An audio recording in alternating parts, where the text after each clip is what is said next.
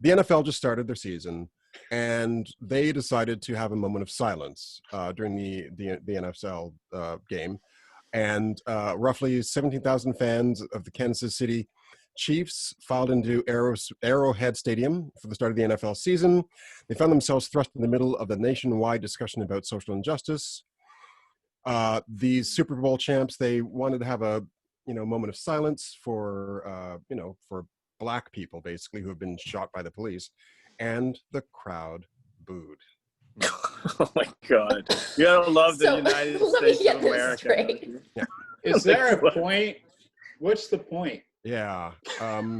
I just think, the way the NBA reacted was different. There's a moment of silence, but also, too, there weren't fans, right? So we don't know what would have happened. Chances are, That's true. I think there's a lot of people of color who watch basketball, maybe more than watch football, maybe. Yeah. I don't know. It's a tough call. But I just think that I would guess that the fans of the NBA would be more respectful, but we don't know. But what we do know is that, especially fans of the Kansas City Chiefs don't like the Black Lives Matter movement at all. I don't think it's just Kansas City, right? I mean, so Colin Kaepernick, right?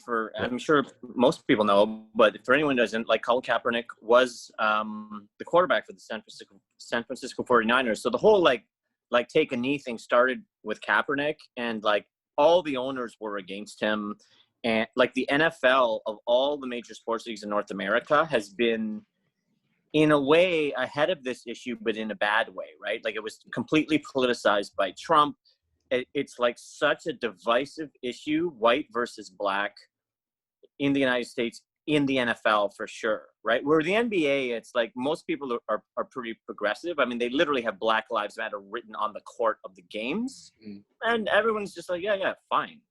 What? But the NFL, for whatever reason, it's war all the time. Well, let's be fair. This is the same organization that has not only the Kansas City Chiefs, troubling, in Arrowhead Stadium, coming at you, but also the Washington Redskins. Hey, strike three. And they refuse to change it 3 for 3. Yeah. And I mean, if you look at the systemic racism in the States, there's still very much segregation, right? You notice that they keep, Black neighborhoods poor, white neighborhoods rich, and they do it in a way with the housing market that, it prevents the Black community from succeeding. And so it's very much, I mean, we do have our problems in Canada, but it is very divided and segregated there, where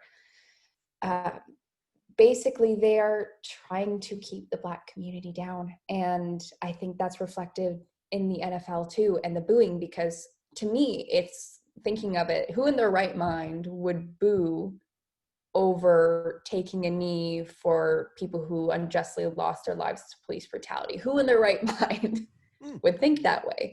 Yes, you said it right there. Right mind. Yeah. Right there. Okay. I think if I were a Black NFL player and I was locked arms with a white NFL player, taking a moment of silence for people of color who have been shot by the police, and the crowd was booing, I think I'd quit. I think that'd be my second last day in the NFL.